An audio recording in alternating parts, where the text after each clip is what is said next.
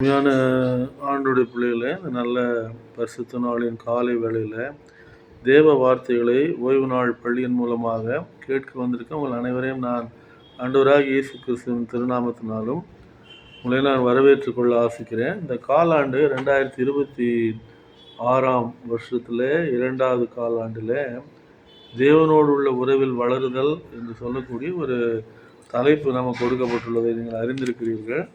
தேவனோடு உள்ள உறவிலே வளர்றதில் வேத வசனங்களை வாசிப்பதும் அறிந்து கொள்வதும் தியானிப்பதும் ஜபம் செய்வதும் எவ்வளோ முக்கியமானது என்பதை கடந்த வார பாடங்களிலே நாம் ஆராய்ந்து வந்தோம். இந்த வாரத்தில் நடைமுறை ஜபம் என்ற ஒரு தலைப்பு கொடுக்கப்பட்டிருக்கிறது.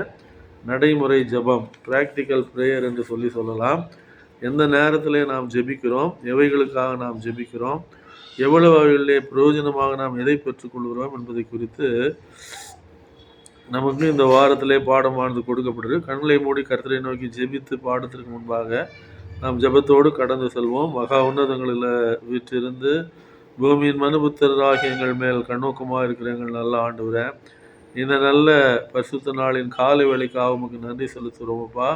உடைய சமூகத்திலே ஒரு சிறு மத்தியாக நாங்கள் வந்திருந்து உடைய வார்த்தைகளை தியானிக்கவும், இது ஆண்டவரே எப்படி ஜபமானது விசேஷமாக உம்மோடு உள்ள உறவிலே எங்களை அந்த உறவை வளர்த்து கொள்வதற்கு பிரயோஜனமாக இருக்கிறது என்பதை நாங்கள் தியானிக்கத்தக்கதான ஒரு பாடத்தை கர்த்தர் எங்களுக்கு கொடுத்த கிருபைக்காக உமக்கு நாங்கள் கோடானு கோடி ஸ்தோத்திரத்தை செலுத்துகிறோம் சுவாமி. இப்பொழுது நம்முடைய கிருபை எங்களோடு இருந்து பாடும்பொழுதும் பரிசுத்தருடைய பிரசன்னமும் வழி நடத்தலும் எங்களோடு இருந்து ஆண்டவரே நாங்கள் அறிந்து கொள்ள வேண்டிய கருகலான காரியங்களை விளங்கி கொள்ள நீர் எங்களுக்கு உதவி செய்ய வேண்டுமா ஜெபிக்கிறோம்.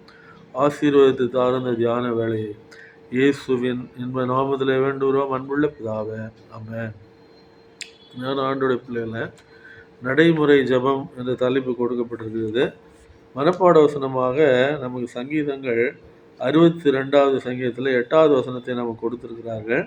ஜனங்களே, எக்காலத்திலும் அவரை நம்புங்கள், அவர் சமூகத்தில் உங்கள் இருதயத்தை ஊற்றிவிடுங்கள், தேவன் நமக்கு அடைக்கலமாக இருக்கிறார் என்று சொல்லக்கூடிய மனப்பாட வசனம். நம்முடைய ஜபம் ஒரு நாளைக்கு நம்ம எத்தனை முறை ஜெபிக்கிறோம் அப்படின்னு கேட்டிருக்காங்க இந்த இடத்துல விசேஷமாக. அது மாத்திரம் இல்லை, காலையில் எழுந்ததும் நாம் ஜெபிக்கிறோமா, இல்லை என்று சொன்னால் ஞாபகத்தில் வரும்பொழுதெல்லாம் நம்மிடத்தில் ஜெபிக்க கேட்டுக்கொண்டவர்கள், ஜப குறிப்புகளை கொடுத்தவர்கள், தங்கள் குடும்பங்களுக்காக ஜெபிக்க சொன்னவர்கள், வியாதியாக இருக்கிறேன் என்று எனக்காக ஜெபிங்கள் என்று கேட்டுக்கொண்டவர்கள், இப்படி அநேக காரியங்களுக்காக, தங்களுக்கு ஆக வேண்டிய காரியங்களுக்காக கர்த்தருடைய பிள்ளைகள் நாம் சிறுச்சபைகளுக்கு ஊழியக்காரராக இருக்கும்பொழுதோ இல்லைன்றால் ஒரு நல்ல விசுவாசிகளாக நாம் இருக்கும்பொழுது நம்மிடத்திலே அவர்கள் தங்களுக்காக ஜெபிக்க சொல்லி கேட்பது வழக்கமாக இருப்பதை நாம் பார்க்கிறோம். ஆனால் அப்படினால் எப்பொழுதெல்லாம் நமக்கு ஞாபகம் வருகிறதோ அந்த ஜெப விண்ணப்பங்கள் அப்பொழுதெல்லாம் ஜெபிக்கிறவர்களாக தேவ சமூகத்தில் நாம் காணப்படுகிறோமா? இல்லைன்றால் நீங்கள் ஏதாவது ஒரு ஜெப குழுவில் இருந்து அந்த சங்கிலி ஜெபம் என்று சொல்வார்களே, செயின் ப்ரேயர், அதில் நீங்கள் ஈடுபடுகிறவர்களாக நீங்கள் இருக்கிறீர்களா? 24 மணி நேரம் அந்த ஜப அனுபவமானது நமக்கு இன்றைக்கு இருக்கிறதா என்று அநேக கேள்விகளை இந்த வார பாடத்தின் முதல் பகுதியிலேயே நமக்கு கேட்டிருப்பதை நம்மால் பார்க்க முடிகிறது. கிளையாக நாம் இருக்கிறோம், செடியாக ஆண்டவராக இயேசு இருக்கிறார். இயேசு ஆண்டவர் சொன்னார், கொடியானது செடியிலே நிலைத்திராவிட்டால் எப்படி தானாக அறுப்புண்டு போகும், அதே போல் நீங்கள் எண்ணில் இராவிட்டால் நீங்கள் என்ன பண்ணுவீங்க, அறுப்புண்டு போயில் என்று சொல்லத்தக்கதாக ஆண்டவராக இயேசு கிறிஸ்துவோடு ஒன்றித்திருக்கத்தக்கதாக இந்த ஜபமானது எப்படி பிரயோஜனம் உள்ளதாக இருக்கிறது. அவர் செய்த ஜபங்களும் இந்த வார பாடத்திலே நமக்கு சொல்லப்பட்டிருப்பதை, நமக்கு பாடமாக கொடுக்கப்பட்டிருப்பதை நாம் பார்க்கிறோம். இயேசுவானவரே ஒரு சிறந்த ஒரு முன் உதாரணமாக ஜபத்திலே நம்மை வழி நடத்துகிறவராக இருப்பதை நம்மால் பார்க்க முடிகிறது. அநேக நேரங்களில் நம்மிடத்திலே ஜெபிக்க சொல்லி நாம் ஊழியங்களுக்கு செல்லக்கூடிய இடங்களிலும் நம்முடைய திருச்சபையில் நான் ஊழியக்காரலாக இருக்கும்போது இல்லை நல்ல ஒரு விசுவாசிகளாக இருக்கும்போது அடிக்கடி எங்களுக்காக ஜெபிக்க சொல்லி அவர்கள் ஜெப குறிப்புகளை சொல்வதை நாம் பார்க்கிறோம். எப்பொழுதெல்லாம் எனக்கு ஞாபகத்தில் வருகிறதோ அப்பொழுதெல்லாம் நான் என்ன பண்ணணும்னா ஜெபிக்கக்கூடியவர்களாக இருக்கணும். இதுதான் நேரம் என்று இல்லை.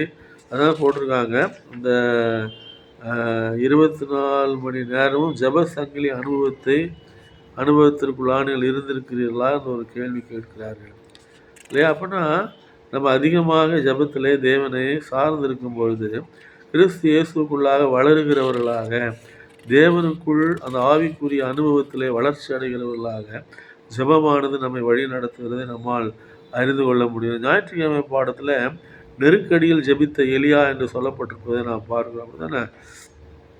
எலியாவுடைய வரலாறு நமக்கு தெரியும். மழை பெய்யாதுன்னு சொல்கிறாரு.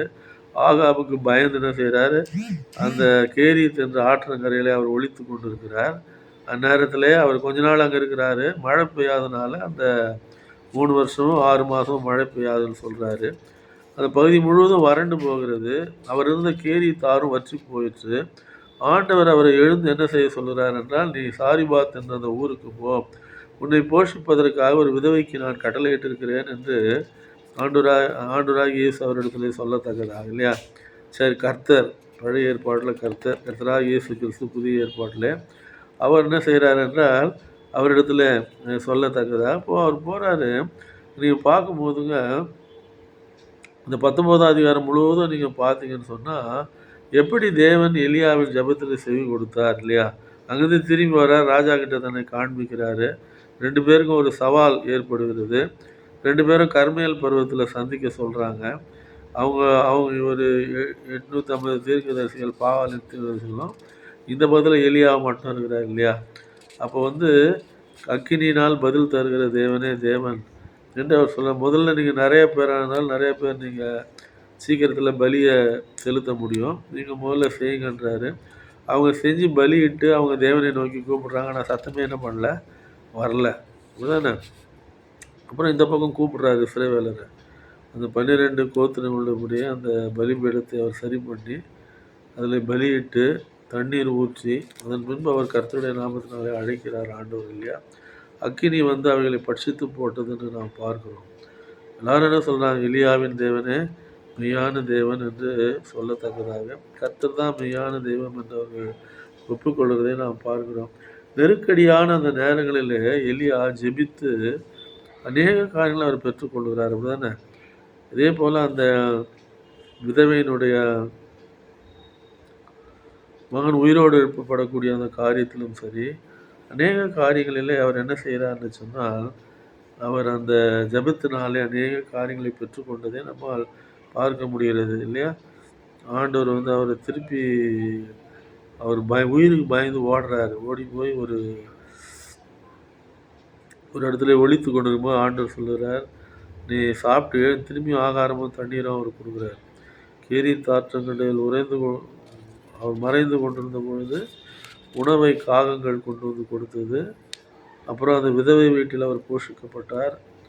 மீண்டும் ஒரு இடத்துல அவர் இருக்கும்பொழுது ஆண்டவர் ஒரே என்ற தேவ பருவத்திற்கு நீ போ என்று சொல்லுகிறார், இல்லையா? அப்பவும் அவருக்கு ஆகாரமும் தண்ணீரும் கொடுக்கப்படுவது நான் பார்த்தா அந்த ஆகாரத்தின் பலத்தினால 40 நாள் இரவும் பகலும் அவர் நடந்து என்ன செய்கிறார், ஒரே தேவ பருவத்திற்கு அங்கு தேவனோடு கூட அவர் முகமுகமாக தேவனை சந்திக்கிற ஒரு அனுபவத்தை பெற்றுக்கொள்ளத்தக்கதாக, அதுதானே?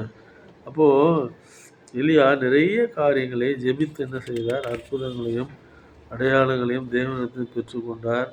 உயிரோடு எழுப்பதை நாம் பார்க்கிறோம். இப்படி நிறைய காரியங்களை அவர் அந்த சின்சியர் ப்ரேயர், ஏர்னஸ்ட் ப்ரேயர் என்று சொல்லுவாங்க. அதன் மூலமாக இந்த எலியா என்ன செய்கிறார், பெரிய ஆசீர்வாதங்களை பெற்று ஒரு அற்புதத்தையும் அடையாளத்தையும் கண்ணெதிரில் அவர் பார்க்கத்தக்கதாக தன்னுடைய வாழ்க்கையில் ஆண்டவர் அவர் ஜெபங்களுக்கு என்ன செய்தார், செவி கொடுத்தார் என்று சொல்லி நாம் பார்க்கிறோம். தேவன் நமக்கு செவி கொடுக்கிறவராக இருக்கார். அநேக நேரங்களில் நாம் நெருக்கப்படக்கூடிய காலகட்டத்தில் சில காரியங்கள் நடைபெறாமல் போகக்கூடிய நேரத்தில் ஆண்டவர் என்ன செய்கிறார், நம்முடைய ஜெபத்திற்கு செவி கொடுத்து, இல்லையா? நாம் அவருக்கு செவி கொடுக்கும்போது அவர் நமக்கு செவி கொடுப்பார். செவி கொடுத்து அவர் என்ன செய்கிறார், நம்ம கேட்கிற காரியங்களை அவர் நிறைவேற்றி கொடுக்குறவராக இருக்கிறபடினாலே, இல்லையா? அந்த ஜபம் நம்மக்கிட்ட ஜெபிக்க கேட்குறவங்களுக்கு அந்த ஜப குறிப்புகளுக்கும் தனியாக நேரம் ஒதுக்கணும், அப்படிதானே? பாஸ்டர் குடும்பத்தோடு ஜெபம் பண்ணலாம், இல்லை பாஸ்டர் அம்மாக்கிட்ட ஒரு சார்ட்டு மாதிரி கொடுத்துட்டு இவங்களுக்காகலாம் நீங்கள் ஜெபம் பண்ணுங்க அப்படின்னு குடும்பத்தினத்தில் அந்த சாயங்காலத்தில் நம்ம வெளியில் ஊழியத்துக்கு போகிறதா இருந்தால், விசிட்டிங் எங்கேயாவது போகிறதா இருந்தால் வீட்டில் இருக்கவங்கக்கிட்ட அந்த ஜப இதுலாம் கொடுத்துட்டு போகலாம். நம்ம ஜப குறிப்புகளை வீட்டில் தனியாக ஒரு நோட்டுன்னு ஒன்று இருக்கணும். அதுக்கு ஜெபிக்கிறதுக்கான பாஸ்டர்ஸ் வீட்டில் என்ன பண்ணணும், தனியாக ஒரு நோட்டு இருக்கணும். அப்போ தான் உங்களுக்கு யார் யாரெல்லாம் கேட்டுக்கிட்டாங்க, எதுக்கு ஜெபிக்கணும், எங்கெங்கெல்லாம் நீங்கள் போகிறீங்க புதுசாக, அந்த இடங்கள்லாம் ஜெபிக்கணுன்ற ஆசை உங்களுக்கு எப்போ உண்டாகும்னீங்கன்னா, தனியாக நீங்கள் அதுக்கு நேரத்தை செலவு செய்யக்கூடிய வேலைகள் இல்லையா? திங்கட்கிழமை பாடத்தில் ஜெபத்திற்கு பதில் கிடைக்காததாக தோன்றும்போது அப்படிதானே, உடனே உடனே நம்ம ஜெபத்தை ஆண்டவர் கேட்டுருணும்னு நம்ம நினைக்கிறோம் இல்லையா? அப்படிதான் ஏசாமி சொன்னார், கேளுங்கள் அப்போது உங்களுக்கு கொடுக்கப்படும்னாரு. ஆனால் 1 யோவான் 5:14 என்ன சொல்றாரு, நாம் எதையாகிலும் நம்முடைய சித்தத்தின்படி கேட்டால் இல்லையா, நமது சித்தத்தின்படியே நம்ம கேட்க வாய்ப்பு இருக்கிறது. தேவ சித்தத்தின்படி கேட்க என்ன இல்லை. ஒரு சிலர் என்ன செய்வாங்க, கண் துடைப்புக்காக என்ன பண்ணுவாங்க, அவங்க மனசில் ஒன்று வச்சுட்டு இருப்பாங்க, பிறருக்கு வேறு மாதிரி அதை காண்பிக்கணுன்றதுக்காக எல்லா காரியங்களையும் செஞ்சுட்டு கடைசியில் என்ன பண்ணுவாங்க, அவங்க விருப்பத்தை நிறைவேற்றுவர்களாக இருப்பாங்க. அப்படியே இருக்கிறாங்க. ஆனால் அவங்க மனசில் இருக்கிறது நமக்கு யாருக்கும் தெரியாது. அவர்கள் செயல்படும் பொழுது தான் நமக்கு தெரியும். எப்படி இருந்தாலும் சரி, கடவுளுடைய சித்தம் இல்லைனா ஒரு காரியம் நிறைவேறாது இல்லையா? அப்படி நிறைவேறினாலும் அது காலம் முழுவதும் நன்றாக இருக்குமா என்பது ஒரு கேள்வி. அதனால தான் ஏசாமி என்ன சொன்னார்னா, ஜெபிக்கும் போதே எப்படி கற்றுக் கொடுத்தாரு அப்படின்னா, திங்கட்கிழமை பாடலில் சொல்லப்பட்டிருக்கு, உங்களுடைய சித்தத்தை அல்ல தேவனுடைய சித்தத்தை நாடுங்கள் இல்லையா? அப்போ சில நேரத்தில் வந்து நம்முடைய சித்தத்தை வந்து தேவ சித்தத்துக்கு மேலே ஆண்டவரை ஓவர் ரூல் பண்ணுறவங்களா இருப்போம் சில நேரத்தில். அவரே அவரே எல்லாவற்றுக்கும் மேலாக ரூல் பண்ணக்கூடியவர். சில நேரத்தில் நம்ம சித்தத்தை என்ன பண்ணுவோம், நம்ம தேவனுக்கு செவி கொடுக்காமல் தேவன் நமக்கு செவி கொடுக்குறார் சில நேரங்களில். ஆனால் நம்முடைய சித்தத்தை வந்து அவருடைய சித்தத்துக்கு மேலாக நினைக்கிறோம் சில நேரத்தில் நம்ம. அது என்னன்னா, அந்த கடைசியில் அந்த காரியங்கள் தோற்று போய்விடுவதை நம்மால் பார்க்க முடிகிறது. அப்போ முதல் நம்ம என்ன பண்ணோம், ஏசாமின்னு ஜெபிக்க கற்றுக் கொடுத்தாரு. பரமண்டல இருக்கிற பிதாவே, இந்த நாமம் பரிசுத்தப்படுவதாக, இந்த ராட்சியம் வருவதாக, இந்த சித்தம் பரமண்டலங்களே செய்யப்படுவது போல பூமியிலேயும் செய்யப்படுவதாக. அதுதான் யோவான் சொல்கிறார் 1 யோவானில், நாம் எதையாகிலும் அவருடைய சித்தத்தின்படி கேட்டால் அவர் நமக்கு செவி கொடுக்கிறார் என்பதை அவரை பற்றி நாம் கொண்டிருக்கிற தைரியம் என்று அவர் எழுதத்தக்கதாக இல்லையா? 1 யோவான் 5:14 அப்படி எழுதுகிறார். சித்தத்தை அறிந்து கொண்டு கேட்கலாம், சித்தத்தை அறியாதவர்களாம் கேட்கலாம், தவறல்ல. ஆனால் நமது சித்தத்தை நான் இதை தான் செய்ய போகிறேன்றதை முடிவு பண்ணிட்டு நீங்கள் வந்து மற்றவர்கள் தெரியக்கூடாதுன்றதுக்காக நீங்கள் ஒரு காரியத்தை செஞ்சுட்டு கடைசியில் உங்கள் சித்தத்தை நிறைவேற்றுவீங்கன்னா அது தேவ சித்தமானு நம்ம யோசித்து பார்க்கணும். அது கடைசி வரலாம் அந்த காரியங்கள் நல்லா போகுமான்றது ஒரு கேள்வியாகவே இருப்பதை நம்மால் பார்க்க முடியாது. அதனால் தேவசித்த ஏசாமி கூட என்ன சொன்னார் கடைசி நேரத்தில் அந்த கெத்செமனே தோட்டத்தில், பிதாவே என் சித்தத்தின்படி இல்லை உங்களுடைய சித்தத்தின்படி ஆக கடவுது அப்படின்றார் இல்லையா? இந்த பாத்திரம் நினைவு அவரால் முடியல கடைசி நேரத்தில். அப்போனா நான் எவ்வளோ தூரம் ஊக்கமாக ஜெபிக்க வேண்டியவங்களாக இருக்கும் இல்லையா? வியாதியாக இருக்கிறவர்களுக்காக. அப்படி தானே ஊழியம் செய்கிற இடங்களில் கேட்பாங்க. ஆஸ்பத்திரியில் அட்மிட் பண்ணியிருப்பாங்க, சில நேரத்தில் வீட்டில் வியாதியாக படுத்து கிடப்பாங்க, கடன் தொல்லைகளிலே போராடுகிறவர்களாக இருப்பார்கள், வீட்டு பத்திரங்களை அடமானம் வைத்து விட்டு மீட்க முடியாதவர்களாக இருப்பார்கள் சில வேலைகளில். நீங்கள் கவனிச்சிருக்கீங்களா? அதெல்லாம் ரொம்ப போராட்டமாக இருக்கும். அவங்க ஜெபிக்க கொடுக்கக்கூடிய சில காரியங்கள் வந்து இயற்கைக்கு அப்பாற்பட்டதாக கூட சில காரியங்கள் இருக்கும். ஆனால் இன்றைக்கு தேவ சித்தம் அவையிலே செய்யப்படத்தக்கதாக எவ்வளோ தூரம் நான் ஊக்கமாக ஜெபிக்கக்கூடியவனாக இருக்கிறேன். இந்த குழு ஜெபம் வந்து ரொம்ப முக்கியமானது. தனி ஜெபம், குடும்ப ஜெபம் இவைகளில் இல்லையா, பதில் கிடைக்காததாக தோன்றும் போது கூட நம்ம என்ன பண்ணிகிட்டு இருக்கலாம், கடவுளுக்கு சித்தமான நேரம் வரும்போது ஆண்டவரே நிறைவேற்றி தாரும் என்று கேட்கக்கூடியவர்களாக நாம் இருக்கலாம் ஆண்டவருடைய சமூகத்தில் இல்லையா? அப்புறம் உங்களுடைய நோக்கங்களை ஆராயுங்கள்ன்றாங்க திங்கட்கிழமை பாடத்தில். நோக்கம் சரியானது தானா இல்லையா? கைவிடாமல் வைத்திருக்க பாவம் இருக்கிறதா, அறிக்கை பண்ணப்படாத பாவங்கள் இருக்கிறதா நம்முடைய வாழ்க்கையில், நம்மை தாழ்த்தாத வேலைகள் இருக்கிறதா சில காரியங்களில், அதெல்லாம் யோசித்து பார்க்க சொல்கிறாங்க ஜெபம் பண்ணுறதுக்கு முன்னால் இல்லையா? அப்போ டோட்டல் சப்மிஷன் இல்லையா? அந்த இவர் ஜெபித்த வண்ணமாக இந்த தாவீது பாவம் செஞ்சுட்டு போது ஜெபிக்கிறார் இல்லையா? இதோ நான் துர்க்குணத்திலே உருவானேன், என் தாய் என்னை பாவத்திலே கர்ப்பம் தரித்தாள் அப்படின்னு தனது உண்மையான நிலைமையை வந்து அவர் ஒத்துக்கிறார். அதே போல தான் தானியேலும் என்ன பண்ணுறாரு, தனது ஜெபத்தில் தனது பிதாக்கள் செய்த பாவங்கள் என்ன, தண்ணியும் அதில் ஒருத்தனாக சேர்த்துக்கிறாரு அவர் பாவம் செய்யாட்டா கூட தானியேல் தானே. தாழ்மைப்படுத்தி பாவங்களை அறிக்கையிட்டு தேவனுக்கு துதி செலுத்தி இல்லையா, தேவனுடைய மகிமையை ஏற்றுக்கொண்டு அவர் வல்லமையை ஏற்றுக்கொண்டு அப்படி நம்ம கேட்கும்போது தான் ஆண்டு என்ன செய்கிறாருங்க, அவர் கொடுக்கிறவராக இருப்பதை நாம் பார்க்குறோம். அவர் வந்து நம்மளை வந்து நாம் வந்து அவருக்கு சர்வன்ஸாக ஏற்றுக்கணும்னு அவர் நினைக்கிறாரு. இப்போ சர்வன்ட்ஸ் வந்து ஏதாவது தேவைன்னா யார்கிட்ட கேட்பாங்க? நடுவில் நம்மகிட்ட கேட்பாங்க.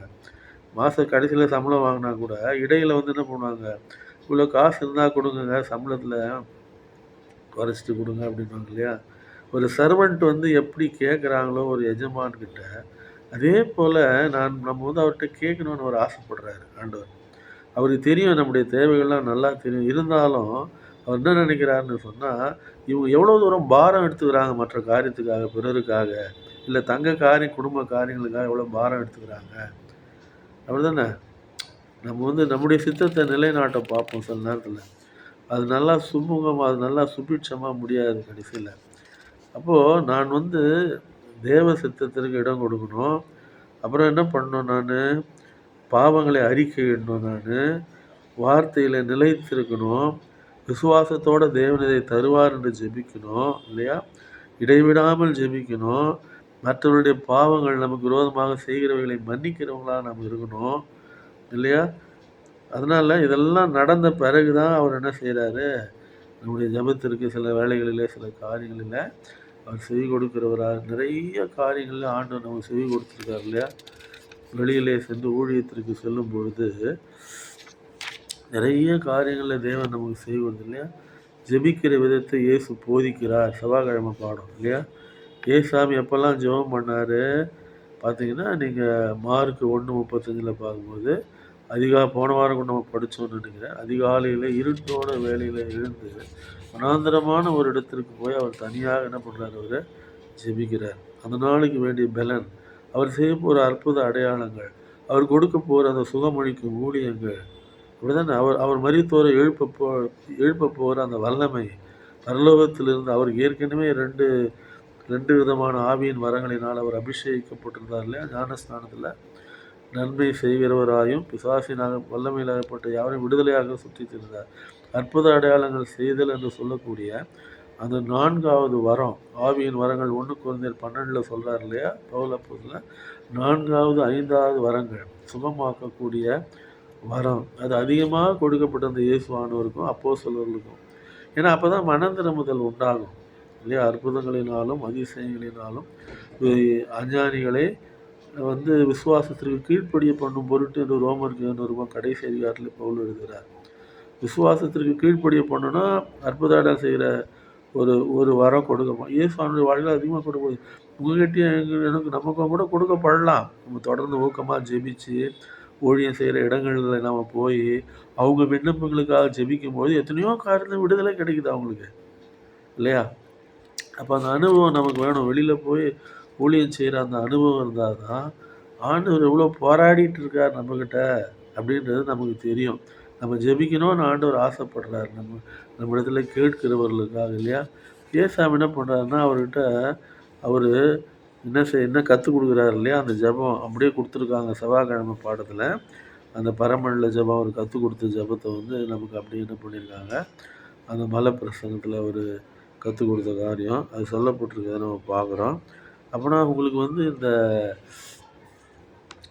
இல்லையா, முதல்ல அவரை ஏற்றுக்கணும். முதலாவது பிதாவின் நாமம் பரிசுத்தப்படுவதாக, ராஜ்யம் வருவதாக, சித்தம் பரமநிலை பூமியில் செய்வது வேண்டிய ஆகாரத்திற்கு தாரும், நாள் மன்னிக்கிறது போல பாவ கடன்களை மன்னியும் இல்லையா.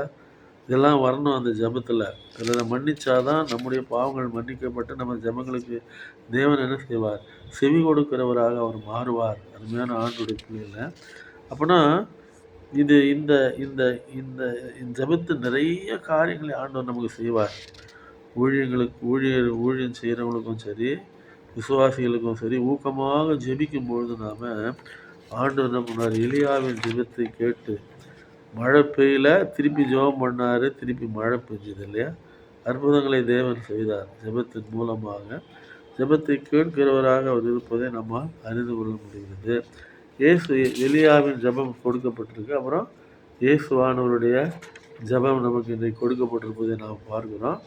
3வதாக தானியேலுடைய ஜெபம். சரியா? எலியாவின் ஜெபம், இயேசுவானவர் ஜெபிக்க கற்றுக் கொடுத்த விதம். அப்புறம் தானியேலின் ஜெபம். தானியேலின் ஜெபத்தில் தான் பாவ அறிக்கை நிறையா வருது. நான் சொல்ல பாவ அறிக்கை தனது அக்னாலஜி பண்ணுறாரு அவர். நாங்கள்லாம் பாவிங்க ஆண்டவரே, நாங்கள் பாவம் செஞ்சதுனால தான் நீர் எங்களை இங்கே எக்ஸைலுக்கு இல்லைன்னா சிறையிருப்புக்கு அனுப்புனீர் இல்லையா? துதிக்கிறார். முதல்ல பரலோகத்தின் தேவனை அவர் துதிக்கிறார் தனது ஜெபத்தில். இயேசுவானவர் செஞ்ச ஜெபத்தில் இன்னொரு முக்கியமான காரியம் என்னன்னு சொன்னீங்கன்னா, ஏசாமி அழுது ஜெபித்ததை நீங்கள் பார்த்துருக்கீங்களா? சுவிசேஷங்கள் நம்ம பார்க்கல இல்லையா? எருசலேமை பார்த்து அழுததை தான் நம்ம பார்த்துருக்கோம்.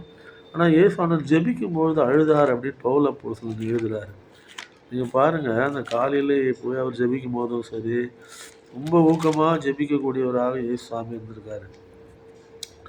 நம்ம எங்கே பார்க்குறோம் அப்படின்னு சொன்னீங்கன்னா, அதை இந்த எபிரேயருக்கு பவுல் எழுதின நிருபத்தில் அவர் எழுதுகிறார். நான் சொல்கிறது 7ஆம் அதிகாரம், எபிரேயர் 7ல் 23வது வசனம். அன்றியும் அவர்கள் மரணத்தின் நிமித்தம்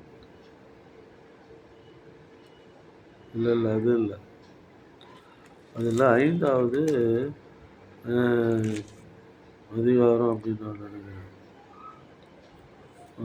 மன்னிக்கணும், 5வது அதிகாரத்தில் 7வது வசனம் சொல்கிறார். அவர் மாம்சத்தில் இருந்த நாட்களில் தம்மை மரணத்திலிருந்து ரட்சிக்க வல்லமை உள்ளவரை நோக்கி பலத்த சத்தத்தோடும் கண்ணீரோடும் விண்ணப்பம் பண்ணி வேண்டுதல் செய்து தமக்கு உண்டான பயபக்தி நிமித்தம் கேட்கப்பட்டு, பிதாவின் இடத்துல அவர் எப்படி கேட்டிருக்காரு பார்த்தீங்களா? அழுதுருக்கிறாரு ஜெபத்தில். நமக்கு தெரிஞ்சதெல்லாம் எருசலேமை பார்த்து அழுதாரு, லாசரு மரணத்தில், அதான் நமக்கு தெரியும். ஜெபம் பண்ணும்போது அழுதுருக்கிறார் அவர் நிறையா முறை. பாவிகள் ரட்சிக்கப்படணும், விசேஷமாக இல்லையா? பாவத்தை உணரணும், அவரிடத்தில் திரும்பணும், அவரால் அனுப்பப்பட்ட தம்மை அவர்கள் ஏற்றுக்கொள்ள வேண்டும். அந்த யூத சமுதாயம் தள்ளிட்டாங்க கடைசியில். அதனால் அவர் தள்ளிட்டு புறஜாதியாராகிய நமக்கு சத்தியத்தை ஆண்டவர் கொடுத்தார். அப்படி தானே? சிதறி போனவர்கள் எங்கும் திறந்து சுவிசேஷத்தை அறிவித்தார்கள்னு நம்ம அப்போஸ்தலர் நடவடிக்கைகளை வாசிக்கிறோம். அப்படிதானே?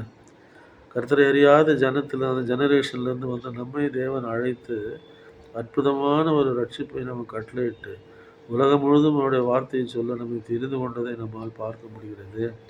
ஒரு அற்புதமான காரியங்க அவர் சொல்கிறார். இந்த இடத்துல கண்ணீரோடும் வேண்டுதலோடும் விண்ணப்பத்தோடும் அவர் என்ன செய்கிறாரு? விண்ணப்பம் பண்ணி என்று இயேசுவானவரை பற்றி சொல்லப்பட்டிருப்பதை நாம் பார்க்கிறோம். கேட்கப்பட்டு குமாரனாக இருந்தும் பட்டப்பாடுகளினாலே கீழ்ப்படிதலை கற்றுக்கொண்டு தாம் பூரணரான பின்பு தாம் கீழ்ப்படிதல் அவர் நித்திய ரட்சிப்பு அடைவதற்கு காரணராகி கண்ணீர் விட்டு ஜெபிச்சிருக்கார். ஜெபிக்கும் போது இயேசுவானவர். ஏன்னா பலம் வேணும் இல்லையா? மரித்தோரை உயிரோடு இருக்கணும். அதானே? எவ்வளோ பெரிய அற்புத அடையாளம் செய்யணும். உதவிக்கு வேறு யாரும் இல்லை. சீஷர்கள்லையாவது 2 பேராக போக சொன்னார். ஒருத்தர் பலவீனப்பட்டு போனால் இன்னொருத்தர் ஸ்ட்ராங்காக இருப்பாங்க. அப்புறம் கூட்டம் பெருகிடுச்சு கிறிஸ்தவ சபைகளில். நிறைய பேர் வந்தாங்க ஊழியம் செய்யும்போது கூட. அப்புறம் 70 பேரை அனுப்புகிறார். அப்பவும் 2 பேராக போகிறாங்க. இது இவர் அப்போ தான் வராரு. மன அவதாரம் எடுத்து யாருமே கிடையாது, உதவிக்கே கிடையாது. அப்படி தானே? பிசாசு விரட்டுறதை பார்த்து என்ன பண்ணுறாங்க? அவங்களால செய்ய முடியல, எங்களால் ஏன் கூடாமல் போயிட்டுன்றாங்க. அவ்வளோ பலவீனம் உள்ளவங்களாக அவர் மட்டும்தான் அந்த இடத்துல தெரிகிறாரு நமக்கு, அந்த ஊழியத்தில். இப்போ நம்ம போகும்போது நம்மளோட யாராவது வராங்க இல்லையா? ஊழியத்துக்கு போகும்போது அவரோட யாருமே கிடையாது. வந்தவங்களாம் பலவீனம் உள்ளவங்களாக இருக்கிறாங்க. அவங்க எல்லாரும் அப்படி தானே? எங்களால் ஏன் கூடாமல் போயிட்டுன்னு கேட்குறாங்க. அப்படிப்பட்டவங்களை வச்சுன்னா அவர் எவ்வளோ அவஸ்தைப்பட்டிருப்பாருன்னு அவருக்கு தான் தெரியும், நமக்கு தெரியாது. அதுதானே? அப்போ ஜெபம் எவ்வளோ ஒரு ஊக்கத்தோடு அவர் ஜெபித்து இல்லையா? புதன்கிழமை பாடத்தில் தானியேலின் ஜெபம் சொல்லப்பட்டிருக்கு. தானியேல் 9ஆம் அதிகாரத்தில் முதல் பகுதியிலேருந்து அவர் துதி செலுத்துகிறார் தேவனுக்கு முதலாவது இல்லையா? தேவனுக்கு என்ன செய்கிறாரு? துதி செலுத்துகிறாரு. பாவங்கள் எல்லாம் அறிக்கை பண்ணுறார் அவர் ஜெபத்தில். 9ஆம் அதிகாரம் தானியேல். அப்படி தானே? நீங்கள் அங்கே வாசிங்கன்னா தான் அவர் எவ்வளோ ஊக்கமாக அந்த காரணம் என்னன்னா, அந்த 2000 ராப்பகல் தரிசனத்துக்கு அர்த்தம் விளங்கலை அவருக்கு. அர்த்தம் விளங்காதனால அவர் ஜெபம் பண்ண ஆரம்பிக்கிறார் இல்லையா? ஏன்னா அது இவர் எரேமியா சொல்லியிருக்காரு 70 வருஷம் தான். 2300 அப்போல்லாம் 2300 வருஷம்னு இவருக்கு தெரியும். அத்தனை வருஷம் காத்திருக்கணுமா இங்கே இந்த ஜனங்கள் மேதிய பெர்சிய சீமையிலும் பாபிலோனின் சீமையிலும் என்ற ஒரு பயத்தில் அவர் என்ன செய்கிறாருன்னா, ஆண்டவரே நீ 70 வருஷம் நாங்கள் சொல்லியிருக்கோம் எரேமியா கிட்ட. ஏன்னா எரேமியா அவருக்கு முன்னால் இருந்த தீர்க்கதரிசி. ஆனால் இங்கே 2300 ஆப்பல் செல்லும் வரைக்கும் இருக்கும், பின்பு பரிசுத்தம் சுத்திகரிக்கப்படும், எனக்கு வெளியாக்கப்பட்டிருக்கு முந்தின அதிகாரத்தில். இதில் எது சரி? 2300 வருஷம் நாங்கள் இங்கே சிறைப்பட்டு இருக்கணுமா? அதுக்கப்புறம் தான் எங்கள் சொந்த பூமிக்கு போவோமா? அப்போ அவர் என்ன பண்ணுறாருன்னா 9ஆம் அதிகாரத்தில் அதை விளங்கி கொள்வதற்காக முதலாவது அவர் துதியை செலுத்துகிறார் தேவனுக்கு. தேவன் எப்படிப்பட்டவர் என்று சொல்லியும் அவர் வந்து என்ன பண்ணுறார், துதி செலுத்தி அதன் பின்பு பாவத்தை அறிக்கையிட்டு இல்லையா, வேண்டுதல் செய்து சோத்திரம் செலுத்தி ஆண்டவருக்கு இப்படியெல்லாம் செய்த பிறகு தான் யார் அனுப்பப்படுறா? அந்த காபிரியல் அனுப்பப்படுறாரு தரிசனத்தை விளக்குவதற்காக தானியேலுக்கு என்று நாம் பார்க்கிறோம். அப்படிதானே? ஊக்கமான ஜபம் மிக மிக அவசியமானது இல்லையா? எலியாவும் நம்மை போல் பாடுள்ள மனுஷன்தான். அவன் ஜெபித்தான், அப்பொழுது மழை பெய்யவில்லை. ஜெபித்தான், மீண்டும் மழை பெய்தது என்று யாக்கோபு எழுதத்தக்கதாக. அப்படிதானே? ஊக்கம், விசுவாசத்தில் ஊக்கமும் உறுதியும். வியாழக்கிழமை பாடல ஜபம் பற்றி பிற கேள்விகள் என்று சொல்லப்பட்டிருப்பதை நாம் பார்க்கணும். விசுவாசத்தின் பங்கு என்ன? விசுவாசம் உள்ள ஜபம் தான் பின்னாளியை ரட்சிக்கும். அப்படிதானே? விசுவாசம் இல்லாமல் பண்ணக்கூடிய ஜபத்தில் வந்து பிரயோஜனம் கிடையாது. என்ன ஒன்று, ஆண்டவர் வந்து பாவியுடைய ஜபத்திற்கு அவர் என்ன பண்ணுறதில்ல, செவி கொடுப்பது கிடையாது. பாவ அறிக்கை முதலாவது செய்யப்படணும், தாழ்மைப்படுத்தணும் தேவனுக்கு முன்பாக நம்மை. இப்படியெல்லாம் இருந்து செய்யும் பொழுது நம்ம என்ன செய்கிறோம்னு சொன்னால் கடைசியில் அந்த ஜபங்கள் கேட்கப்பட பார்க்குறோம். அப்படி தானே? இந்த ரோமருக்கு நிருபத்தில் கூட அவர் சொல்லியிருக்கிறார் ஒரு இடத்துல, நாம் இந்த ஏற்றபடி வேண்டிக் கொள்ள வேண்டியது என்னதென்று அறியாதவாறு பாடத்தில் வருது. என்னதென்று அறியாதிருக்க ஆவியானவர் தாமே வாக்கு கடங்கா பெருமூச்சுகளுடனே நமக்காக வேண்டுதல் செய்கிறார். அப்படிதானே? ஃபுல்லாக நம்ம வெளியில் வந்தால் தான் தெரியும் ஊழியத்துக்காக, வெளி ஊழியர்களுக்காக. நம்ம அந்த அனுபவம் நமக்கு எப்போ வரோம்னு சொன்னீங்கன்னா, ஜெபிக்கணும் இல்லையா? ஒரு வேத பாடம் இந்த இப்படி ஒரு கேள்வி கேட்டாங்களே, அவிசுவாசமான ஒரு கேள்வி வந்தது இந்த இடத்துல இருந்து நம்ம ஊழியம் செய்ய போன இடத்துல அவங்களுக்கு என்ன பதில் சொல்கிறதுனா, அந்த வேதத்துலேருந்து எதை ஓமையாக வச்சு, எதை உதாரணமாக வச்சு நம்ம பேசலாம், எப்படி ஜெபிக்கிறது, அவங்க ஞானஸ்நானம் எடுக்கணுமா ஆண்டவரே, அப்படி தானே? கன்வர்ஷன் நடக்கணுமே. எவ்வளோ தூரம் நம்ம தாழ்மைப்படுத்தி நம்ம தானியேல் பாவங்களை அறிக்கையிட்டபடியினால்தான் அவருக்கு 2300 ஆப்பல் தீர்க்கதரிசனத்துக்கான விளக்கம் கொடுக்கப்படுவதை நான் பார்க்கிறோம் இல்லையா? முந்தின தரிசனத்தில் நான் கண்ட புருஷனாகிய காபிரியல் தான் முந்தின தரிசனத்தில். முந்தின தரிசனம் எது? முதல் தரிசனம்னா முந்தின தரிசனம் எது? அது 8ஆம் அதிகாரத்தில் அவர் பார்த்த தரிசனம். 2 பேரும் ஒரே தெய்வத்துவம் தான், கேப்ரியல் தான் வராது இல்லையா? இப்பொழுது நீ அறிந்து உணர்ந்து கொள்ள வேண்டியது என்னவென்றால், எருசலேமை திரும்ப எடுப்பித்து கட்டுவதற்கான கட்டளை வெளிப்படுவது முதல் பிரபுவாகிய மேசியா வரும் மட்டும் 7 வாரம் 62 வாரமும் செல்லும். இது தெரியாமல் தான் அவர் ஜெபம் பண்ணுறாரு. அவருக்கு என்ன டவுட்டுன்னா, எரேமியா கிட்ட 70 வருஷம் தானே சொன்னார், லிட்டரல் 70 இயர்ஸ். இப்போ 2300 வருஷம் நமக்கு வருது. இதில் எது வந்து 2300 வருஷம்? அப்போ ஜெனரேஷன் ஆஃப்டர் ஜெனரேஷன் இங்கே இருந்துட்டு கடைசியில் தான் போகுமா? எருசலேம் அப்படியே தான் பாழாகி போயிடுமா அப்படின்னு ஒரு கேள்வி அவருக்கு தானியேலுடைய இருதயத்தில்.